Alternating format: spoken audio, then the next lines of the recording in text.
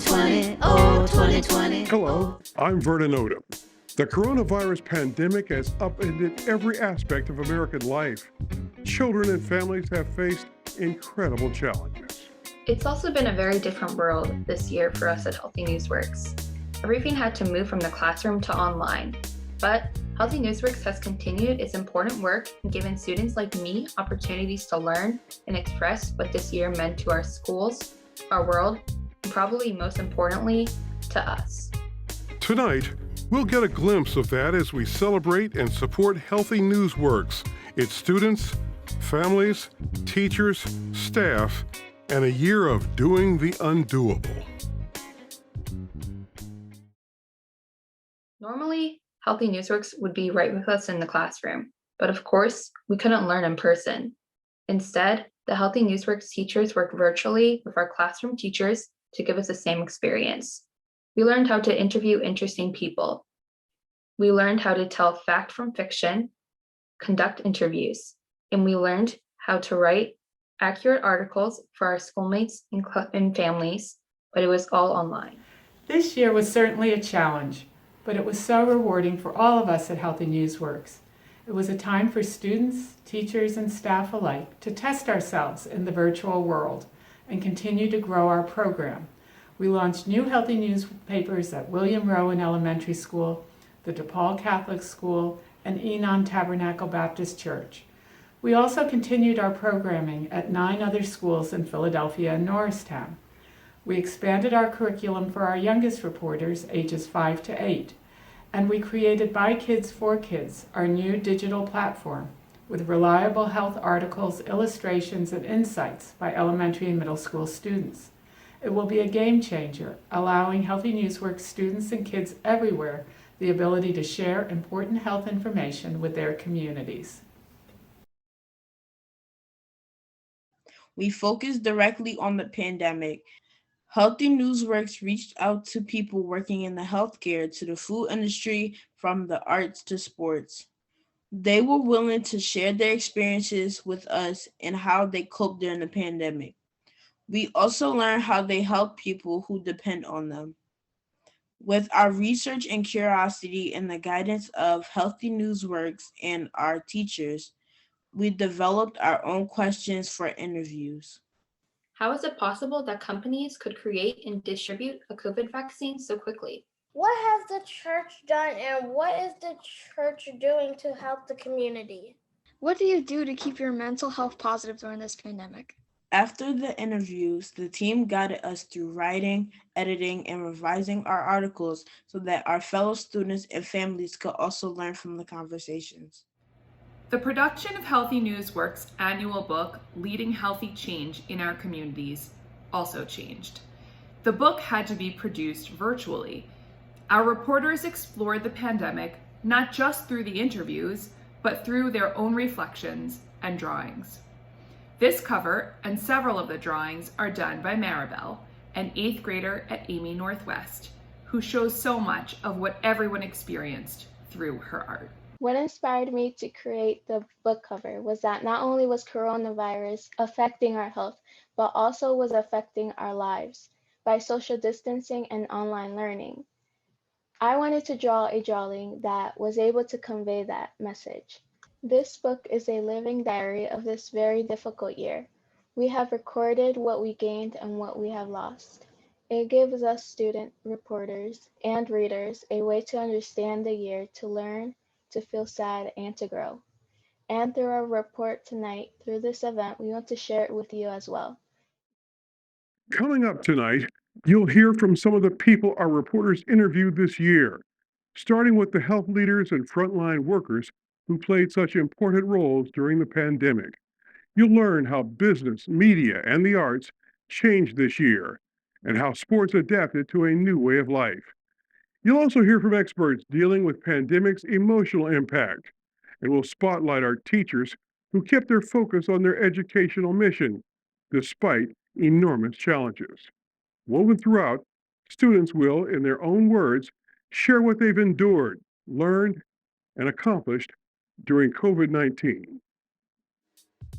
That's why we're launching our Text to Give challenge tonight and ask that you help support Healthy NewsWorks' continued important work.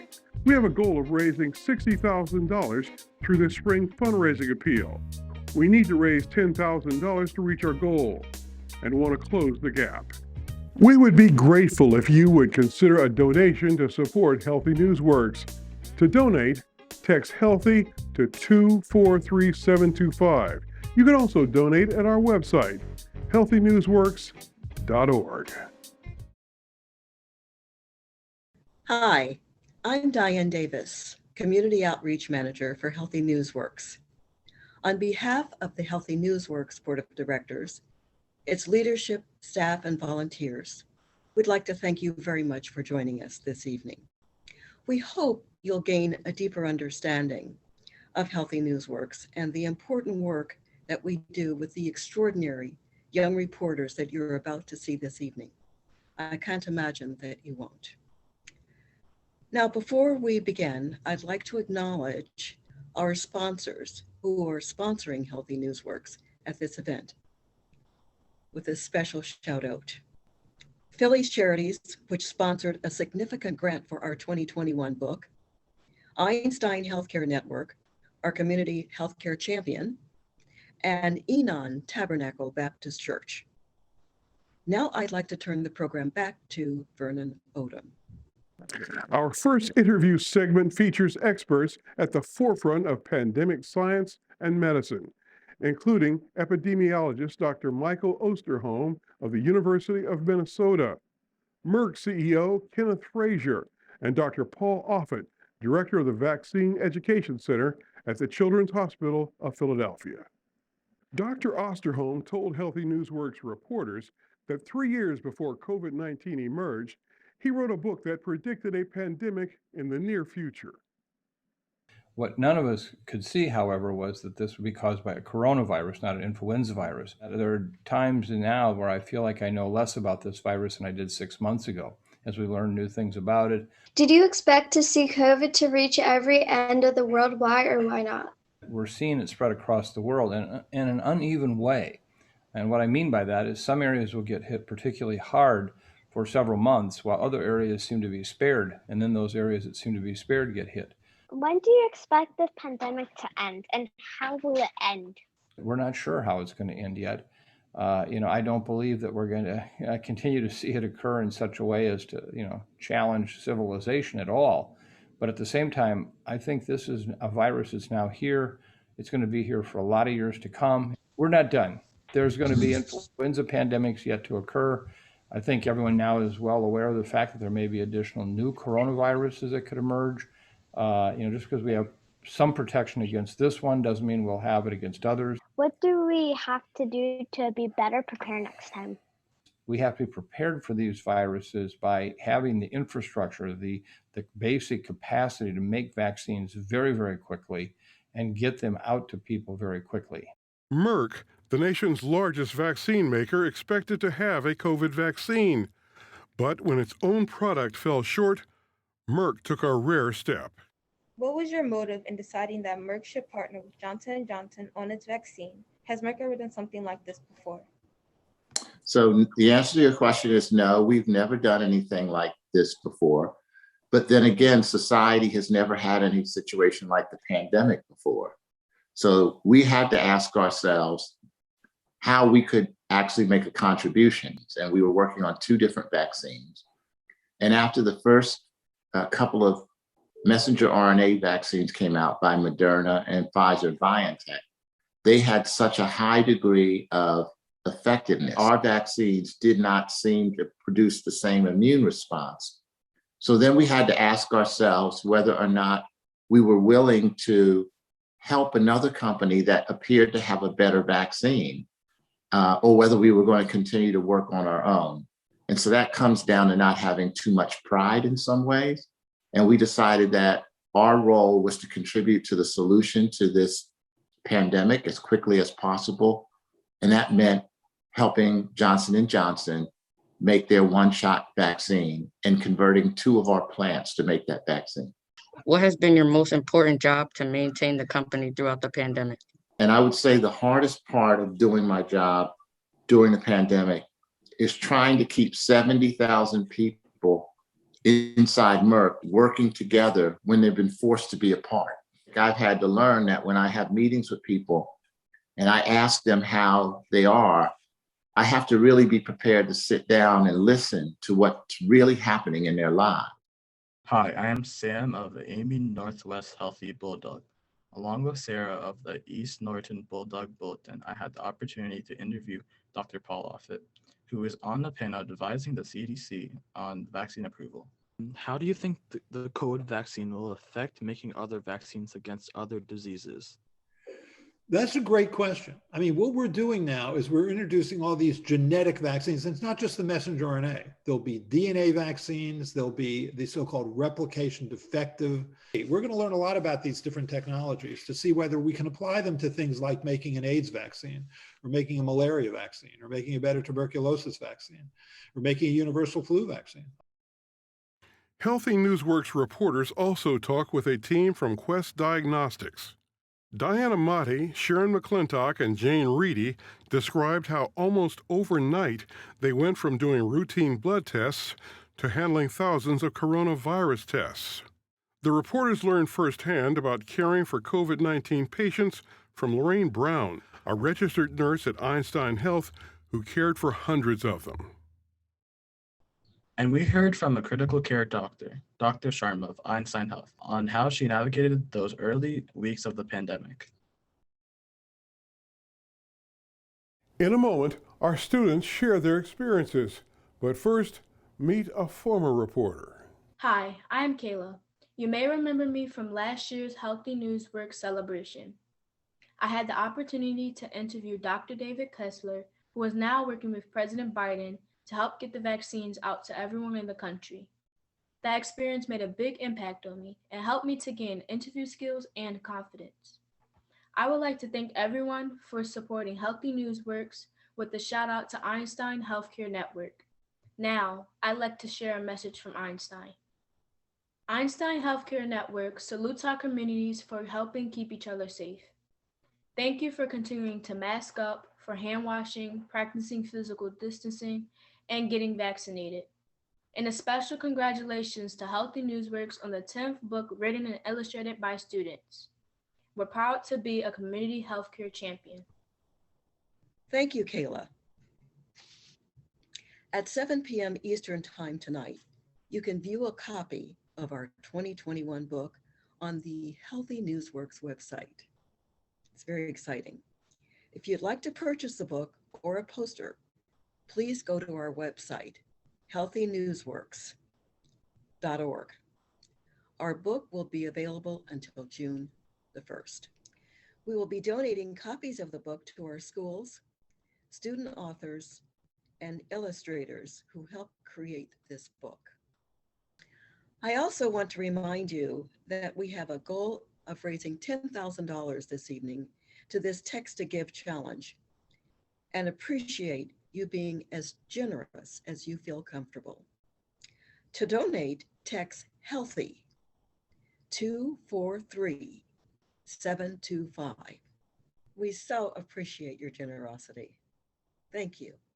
Oh, 2020, oh, 2020, oh, 2020. It has been rewarding being at home and working virtually.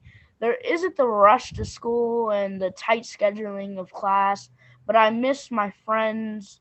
I like face-to-face rather than virtual classes. I want to go back to school. I miss seeing my friends in person, and I also miss the teachers. I relished in the opportunity to argue and challenge their opinions. I didn't even realize how isolated I was feeling until I was able to talk to them in a creative, intellectual setting once again. This year, I did not see anyone walking around in costumes or passing out candy.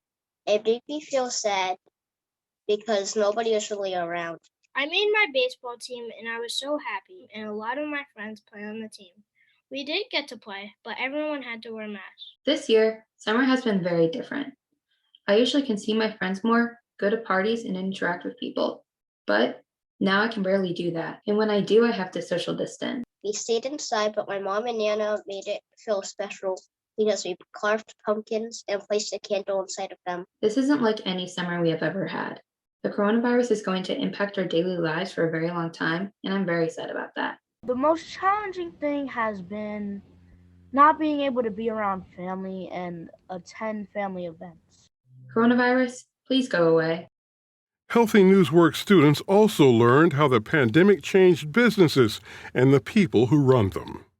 When COVID-19 shut down Philadelphia's restaurant industry, award-winning chef and restaurant owner Michael Solomonoff reinvented his business. The reporters asked him how he's been able to help others during the pandemic. How have you kept everyone safe, both your customers and your employees? Well, we tried to make our company better, and that means increasing the minimum wage for our employees to $15 an hour, and also doing as much donation and philanthropic stuff. Has your job been easier or harder since the pandemic happened? Why or why not? For every month that the pandemic goes on, the guidelines are a little bit different. So I think that not only do you have to do your job, which is as a business owner is, you're doing many jobs, but the fact that you also have to deal with things that are completely out of your control certainly makes it more difficult and possibly more stressful. The greatest challenge during the pandemic is really just maintaining a positive attitude. I think that's really the only thing that you sort of have control over. Erica Keith, a supermarket customer service representative, described how she and her ShopRite team are pitching in to do whatever is needed. There are many employees who are now taking responsibilities in different departments or making it work as much as we can to satisfy our community. At the same time, Ms. Keith is also dealing with the pandemic's effect on her own family. I have 5 children and they're not in school. They're doing it virtually, 100% from home. And that affects them because they really don't have a social life with their friends any longer. I do have 2 that went into new schools the beginning of the year. They haven't seen their building yet. So it's a little disappointing.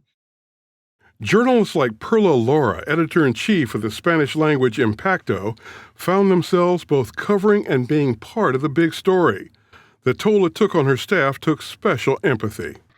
What have been the challenges of reporting on the pandemic? Some of them lose parents or uncles, or they was sick. We have like 3 or 4 people from our team who actually get infected. Many of them have crisis, like a mental health crisis. But Lara believes she and many staffers, as immigrants, were used to overcoming big obstacles. What do you do to keep your mental health positive during this pandemic? In each problem I face, in that moment, maybe it's frustrating sometimes, but when I resolve that new challenger, I feel like I'm, more empowered. We also learned about the creativity and resilience that emerged during the long lockdowns. A viola player for the Philadelphia Orchestra told us how she made music from her basement. Ryan gave us an example of her artistry.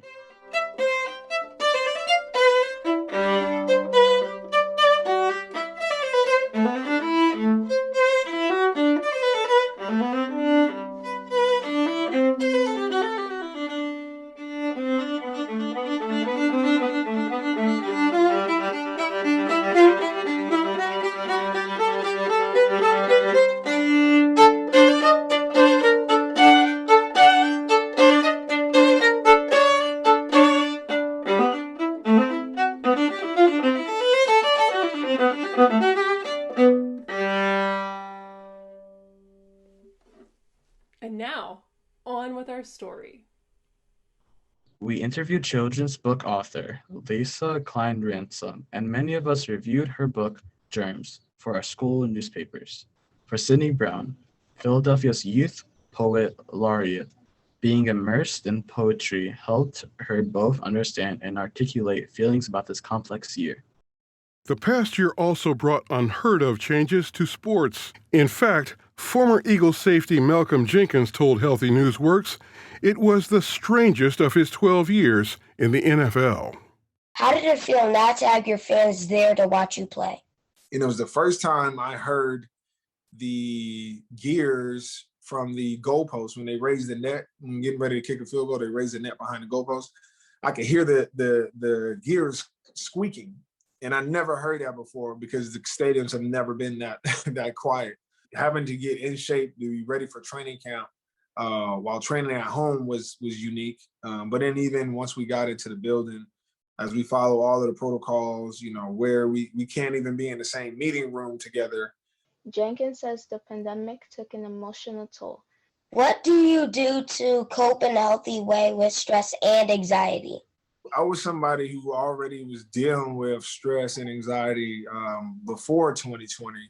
And so when you had the pandemic hit and everything else that came with it, it definitely took my anxiety to another level. And so I talk to a therapist every week. Can you tell us how going to therapy makes you feel better?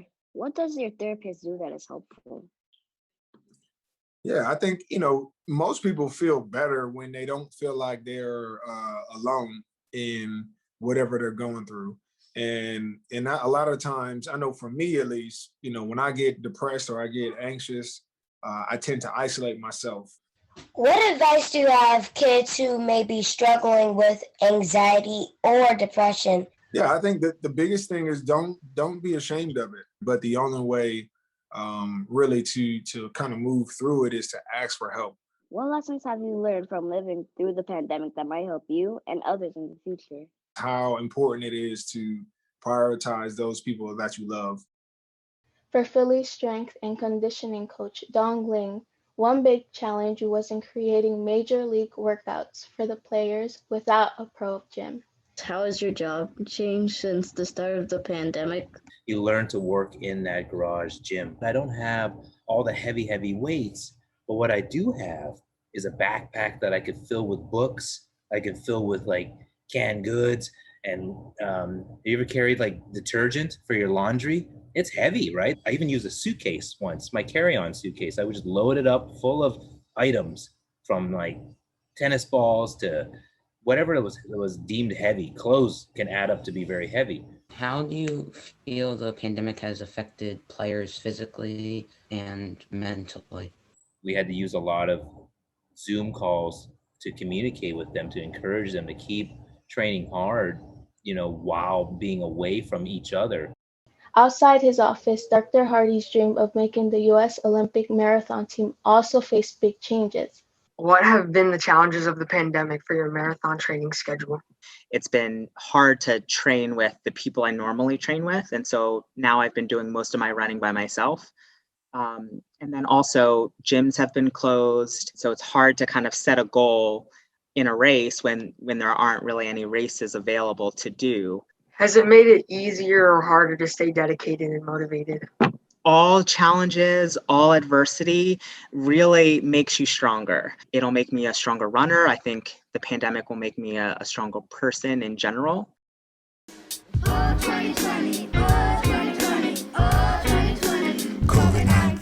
I learned that I need to take a break.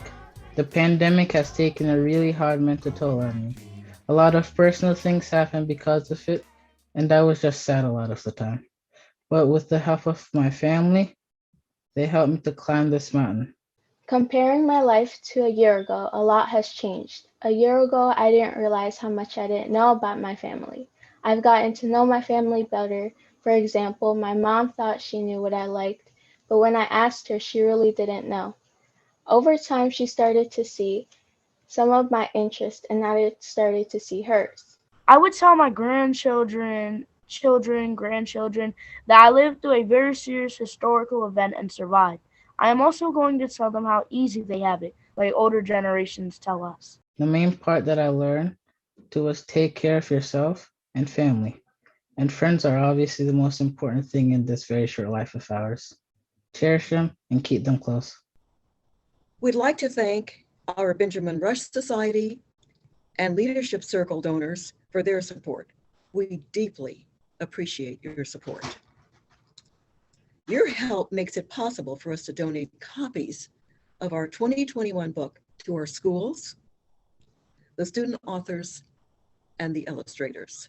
At 7 p.m. Eastern Time tonight, you can view a copy of the book on the Healthy NewsWorks website. If you'd like to purchase the book or a poster, go to our website, healthynewsworks.org. The books will be available until June the 1st. Remember, we have a goal of raising $10,000 this evening through our Text to Give challenge. To donate, text HEALTHY to 243725. You can also donate to the Healthy NewsWorks website. Thank you so much for your generosity. I will now turn the program back to Mr. Odom. Helping those in need became an even bigger challenge in 2020. The lightning-fast spread of the virus literally made touching and comforting the suffering dangerous. Millions who lost their jobs needed food help for the first time. Healthy NewsWorks reporters talked with Patrick Walsh of the Martha's Choice Food Pantry. He told us about the huge demand for food and how many people were hungry and new procedure the food pantry used to make sure everyone was safe from the virus. Kevin Carter of the Uplift Center for Grieving Children shared his insights on guiding children through the sadness of dealing with COVID-19. For houses of worship, where so many in crisis seek spiritual comfort, there were changes too. Sanctuaries sat empty. Reverend Alan Waller of Enon Tabernacle Baptist Church told Healthy NewsWorks that sermons by video conference help. But what is the biggest change you've had to make during your congregation during the pandemic? When I go to church on Sunday morning to preach, the whole church is empty. So when I preach, I don't see people. I don't hear anybody responding back to me. That's the biggest change because in our context, a lot depends on being with the people, and I say something and the people say something back to me. I've been focused around trying to help people stay encouraged while we're going through this change. What is the church doing to help the community? We have really worked to be a blessing to people.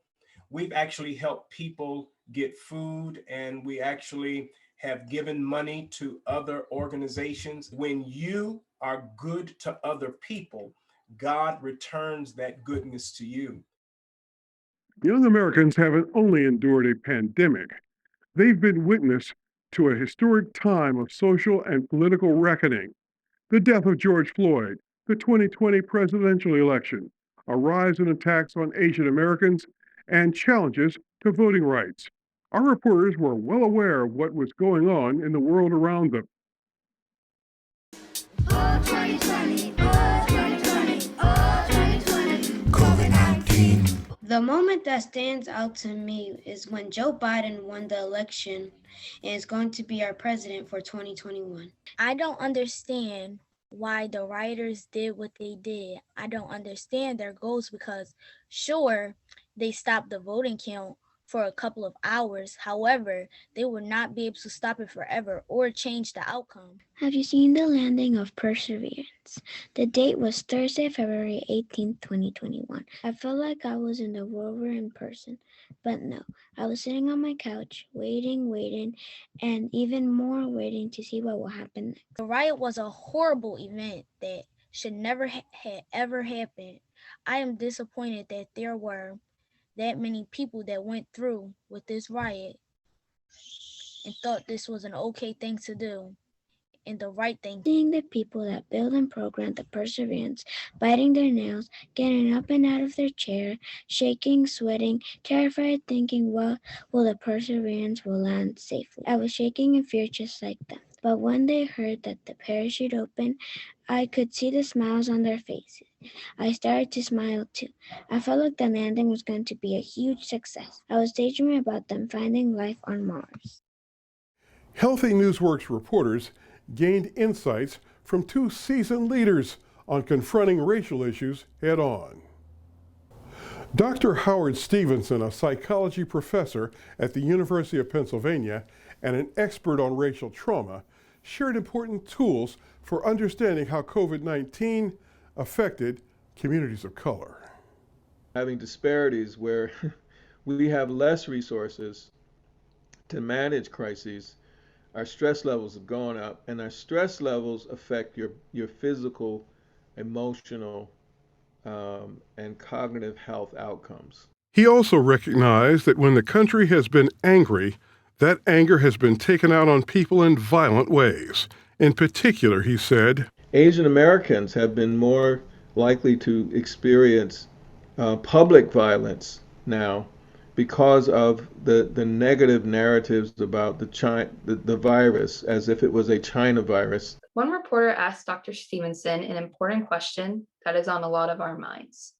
What can we do that would be positive in our community? Stevenson cited one of his programs, which uses everyday activities. By engaging in those communal activities that affirm our differences, that affirm our voice and style of expression, where you can be in spaces where nobody critiques you because of your skin color or your hair texture or the way you walk or talk. Those places are healing spaces. Sometimes they're barbershops, believe it or not, beauty salons. Sometimes they're churches. Sometimes they're sports teams. But where can you be your cultural self without having to look over your shoulder? We have trained black barbers to be health educators to black men between the age of 18 and 24. Another student asked Dr. Stevenson a question that bothers many of us. What is one thing that people can do to stop the police from killing African Americans? So we know a lot now about how people overreact in racial moments. And we are hoping to teach police those strategies. Even the barbershop folks that we work with and coaches, we teach them to calculate, locate, communicate, breathe, and exhale. But I think police reform has to go even beyond training, right? There has to be way more accountability. We also have to, connect police to these communities, more tied to these neighborhoods. The reporters also asked Dr. Stevenson about his motivation to talk in front of people. You can't fight all the time, but you can't be silent all the time either, expect to change the world. Ken Frazier, the CEO of Merck, is using his leadership position to change racial and economic disparities. He's been opposing voting restrictions, and he's leading an effort to help 1 million Black Americans attain good-paying jobs over the next 10 years. How has the pandemic changed you as a CEO and as a person? What the pandemic has done is it's shown me the importance of caring about people who have less than I have. The pandemic has not affected all people equally. It has affected the people who were struggling before the pandemic even more than the other people.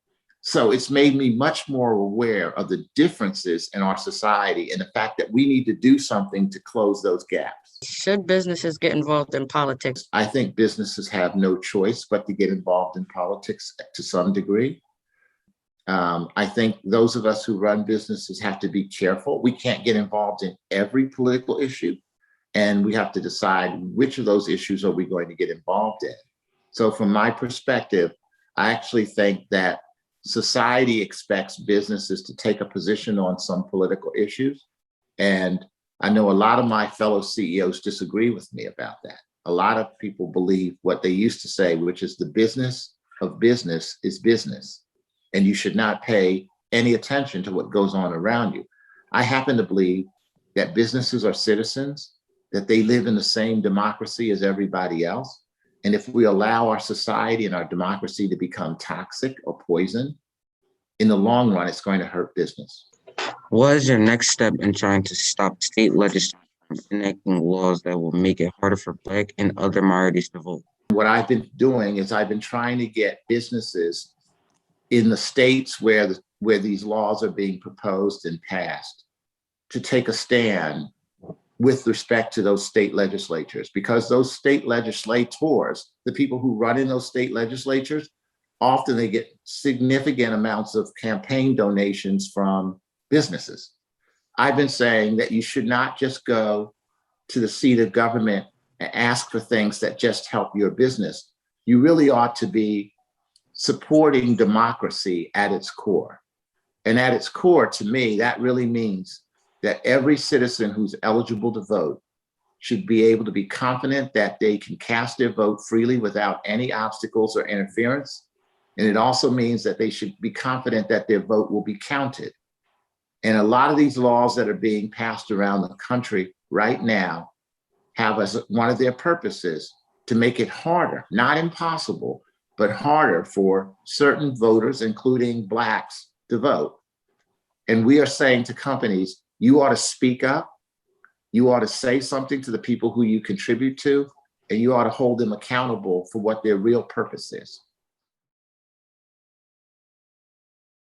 Teachers are among the unsung heroes of 2020. Instead of one classroom, they work from their own homes, directing their efforts at dozens of little screens, continually reinventing lessons and sometimes dealing with wonky technology. We honor them tonight by hearing their stories.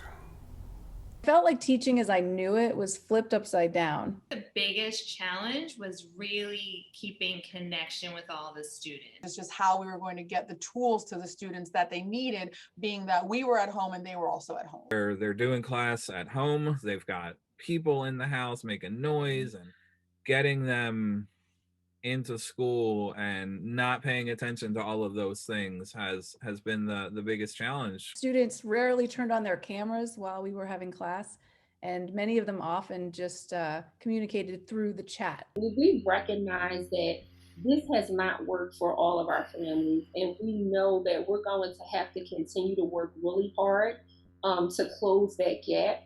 It was just a challenge trying to get the students to participate, but knowing that we just had to keep going. We had to continue teaching. We had to continue pushing forward. So all of my lessons had to be recreated and tailored for the virtual learner. It was a lot of newness at once, if that makes sense. So it was very overwhelming, but I just told myself each week I just learned something new and integrated it. My younger and newer teachers who are just like tech geniuses were like walking some of us who were senior people through, like, this is what you can do using this. Zoom has opened the opportunity to bring guests into the building that we couldn't bring before. But then I also went live on location in a lot of places. A lot of books that we read were books that I found online. We listened to a lot of read alouds instead of me actually reading books. But when I would pop into their Google Meet for library time and they would get excited, I was like, yay! The students, some of them have soared in this learning environment. Got kids up and dancing and moving. We have probably had more family meetings this year remotely than we've ever had physically in person. You know, we saw an amazing amount of collaboration and support from the families that we serve. I'm so happy about the relationship that I formed with these students. I'm so happy with the relationship that I formed with these families this year. When you work in unfamiliar territory, it causes you to be on top of your game. In a lot of ways, we've seen some better teaching than we had in years past. I feel like I've grown so much as a teacher over the last year, and it helped me to realize I am able to handle much more than I thought I could. I'm glad that I was able to push myself to new technology heights, to push myself to new creativity, to keep the students engaged. Learn to just, adapt to whatever I need to be able to do to get kids to learn. I think I learned that you kind of just really have to go with the flow. And now, I would tell them that anything is possible and never say never. What I would say now is I am so proud to be a teacher. A big thank you, to my staff, to my families, and to the students. We've lived through something now together that we can say we've done. And I guess I'm hopeful that this will be a reminder to us that, we are all one human race. We did it. We did the best we could. We learned as much as we could. And hopefully next year it's not virtual and we can have everybody back, but I guess only time will tell. COVID-19. They're doing great because they help us learn a lot. I think they did amazing with the circumstances and the short amount of time they had. to bring all of this information to us. It really was amazing. I mean, they did a great job. It was just the technical difficulties on the computer and all of that stuff, because it was like sometimes the computer would like stop working and we couldn't hear them. I've learned so much this year because of them. And they always know how to solve problems if something's going wrong. I know it's taken a lot out of them to wake up early in the morning, get on the computer for hours and hours at the day out of their time. But I mean, I think they handled it very well. Not easy all the time. So it's a really big thank you. Healthy NewsWorks served over 700 students this year, despite the pandemic. We want to serve many more next year and in the years to come. Remember, we have a goal of raising $10,000 tonight through our Text to Give challenge. To donate, text HEALTHY to 243-725. You can also donate at healthynewsworks.org. We so appreciate your generosity. Now back to Mr. Vernomodum. This was a year of reflection about what's important in our lives, about how our lives were impacted, and how our dreams for the future were changed. Some of those we interviewed took stock of their own lives. I got to be more physically active. I started running more this off season. I created a group, training group, just Philly's front office people. They wanted to stay healthy. So it was like, hey, let's just do workouts in my garage. I'll do it in my garage, put it on Zoom. And then now it's grown to the point of now we're training with Special Olympics athletes in Pennsylvania. I can't wait to travel. I can't wait to travel and visit people and go to different countries and experience cultures and continue to explore. Like learning musical instruments. So right now I'm learning to play the trumpet. So I play the piano, I play the guitar, and I play the trumpet. I picked up a camera and started doing some photography and watching some videos on how, to get really good with the camera. I've learned that sometimes it's okay just to say, I need a little break. And I've learned how to take weekends off, or not weekends, but 2 days off in a row. I was waiting for something strong that could change us as a humanity. We can take this opportunity to really put our priorities, prioritize our life as a journalist, as a human, as a mother, each one of us. Many of us at Healthy NewsWorks made new discoveries this year, but we're also looking ahead to do some of our favorite activities again. The song you've been listening to tonight expresses both what we missed and what we long to do. It was written by third graders at the St. Veronica Healthy Hero, a student newspaper, and Rodney Wittenberg, a Philadelphia area musician, producer, educator, and filmmaker. Oh, 2020, oh, 2020, oh, 2020. COVID-19. Oh, 2020, oh, 2020, oh, 2020. COVID-19. Make me sad, I can't see my friends. When I'm down, you're around. When the world is sad, go outside, play in the park, we have to wear a mask. I forgot what cake tastes like. Oh, 2020, oh, 2020, oh, 2020. COVID-19. Oh, 2020, oh, 2020, oh, 2020. COVID-19. Can't play out like we used to shout. And learning online is so stressful. I can't do anything because I'm bored. Maybe I can draw. And every day we pray about the virus going away.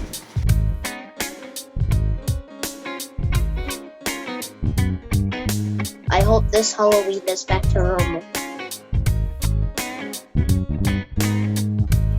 After the pandemic, I want to start my own YouTube channel that does challenges, pranks, vlogs, and other things.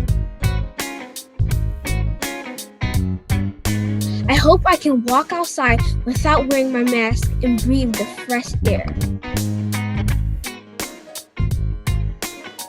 I also want to travel the world and go on many trips because I've been locked up at home and never get to go anywhere anymore.